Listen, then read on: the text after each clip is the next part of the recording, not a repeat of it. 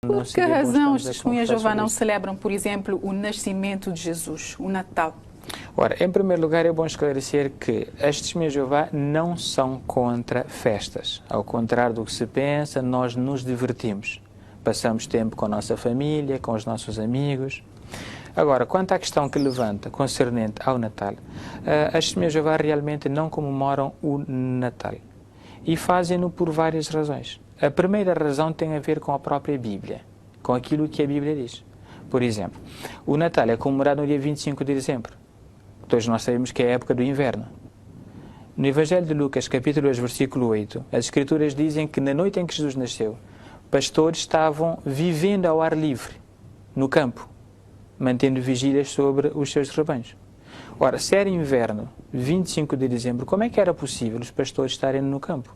Aliás, se me permite, tenho aqui uma citação feita por uma enciclopédia, aliás, por um livro chamado A Vida Diária na Época de Jesus. Ela faz o seguinte comentário. Diz que os rebanhos ficavam ao ar livre da semana antes da Páscoa, fim de março, até meados de novembro. Daí, eles passavam o inverno em abrigos. E só com base nisso podemos ver que é improvável que a data tradicional do Natal esteja certa, visto que o Evangelho diz que os pastores estavam nos campos. Mas, portanto, esta é a razão pela qual nós não celebramos. Teólogos e estudiosos explicam que o 25 de dezembro foi aproveitado, era uma festa pagã, portanto, dedicado ao Deus Sol, festa dedicada ao Deus Sol invencível, e que foi aproveitada para evangelizar os povos que não tinham em Jesus Cristo o Deus único. Portanto, é um dado assente que 25 de dezembro era uma data pagã que depois foi aproveitada. Mesmo assim, as testemunhas de Jeová não aceitam festejar esta data.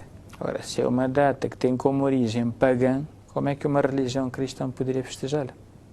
Mas celebram a morte de Jesus. Preferem celebrar a morte de Jesus e não a data, o 25 de dezembro, que é a data do nascimento.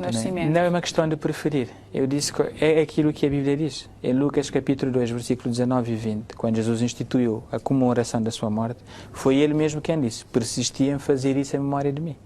Por isso é que nós celebramos a sua morte. Se ele dissesse a mesma coisa em relação ao seu nascimento, a coisa já seria diferente. Mas nós fazemos aquilo que a Bíblia diz. E em relação ao Natal, há bocado citou um comentário feito pela enciclopédia Barça.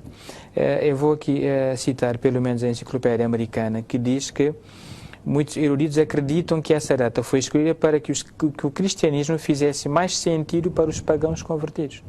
Ora, por esta razão, por ter uma origem pagã, nós, as testemunhas, não celebramos o Natal.